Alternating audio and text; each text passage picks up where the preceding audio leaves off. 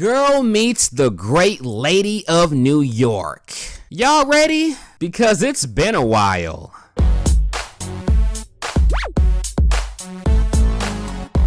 What's going on, YouTube?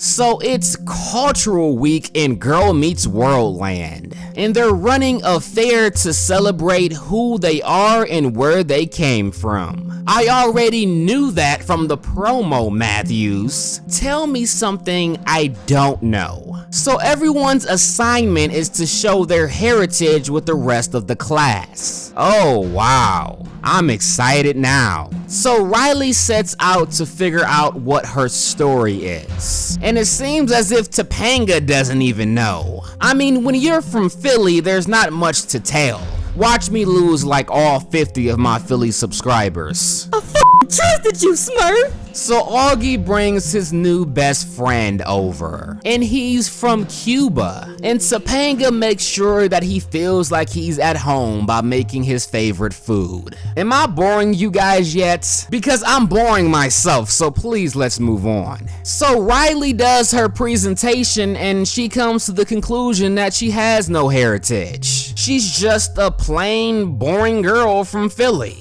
Hey, don't you talk about yourself like that, Riley. Only I can talk about you that way. So then Maya does her presentation about her Irish heritage, and Maya says Huckleberry for the first time in what seems like forever. And Maya has been very happy-go-lucky so far in this episode. Almost Riley-like, except nowhere near as annoying. How does she do it? Maya is Riley better than Riley. So now it's Lucas and Zay's turn to show the class their Texas heritage. But just like everyone else, they failed to impress Mr. Matthews. I don't know, I liked it, but not as much as Maya's adorable presentation. Nonetheless, it doesn't seem like anyone is quite understanding this assignment. And I loved it when Maya calls Lucas a good boy and throws all of her Irish items on his desk. I appreciate all Riarkle moments. So Corey goes on to explain how everyone always fears the unknown.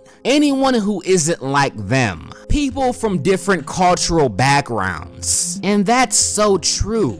I love it when Corey actually teaches. So Farkle seems to be the only one on the right track. He's the only one digging deeper than the surface. And I noticed Smackle wasn't in this scene. If you want us to treat Smackle like the main part of the cast, I'ma need her to be around when important things are going down. So Farkle finds out he has a relative from Denmark, but he can't find his great-grandfather's birth records, and he wants to find out more about him and what made him come to America. Gotta love it when Maya tries to engage Farkle, but her cute quirkiness just continues to show. So Zay is talking to his grandmother, which causes Riley to jump up and grab the phone and apologize once again for the cookie. Except Zay was talking to his other grandmother. How long are they gonna drag out this cookie storyline? They're starting to treat this like the triangle. So it turns out Zay is from Africa. Interesting. And his family started out in Ghana, then moved to Jamaica before they moved to America. So Topanga explains to Riley that even though they've only been in America, they've been all over America. So they still got experience from different backgrounds. So the way they have all of the different cultures scattered across the school really takes me back.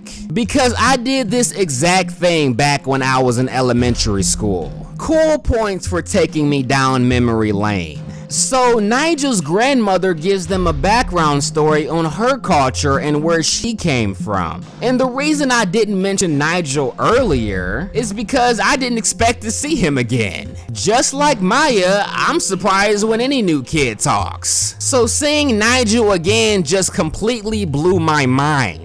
So Maya learns more about her Ireland background, and she's really appreciating where she's from even more now. And I really loved it when Maya asks Farkle what's wrong with him, and Riley immediately goes to his side in an attempt to make him feel more comfortable. Some may overlook this moment as nothing special, but I disagree. It was a very special and a very telling moment to me. That was a friend sticking up for a friend and making sure that that friend didn't feel bad or outcasted. Gotta love those Riarkle moments. So after everyone tells their story, Farkle is the only one staying quiet about everything. What's the matter, Farkle? Talk to me, buddy. Did Lucas do some boy again? So Farkle finally tells his very depressing story. Not gonna go over every little detail, you guys saw the episode. But what I really want to talk about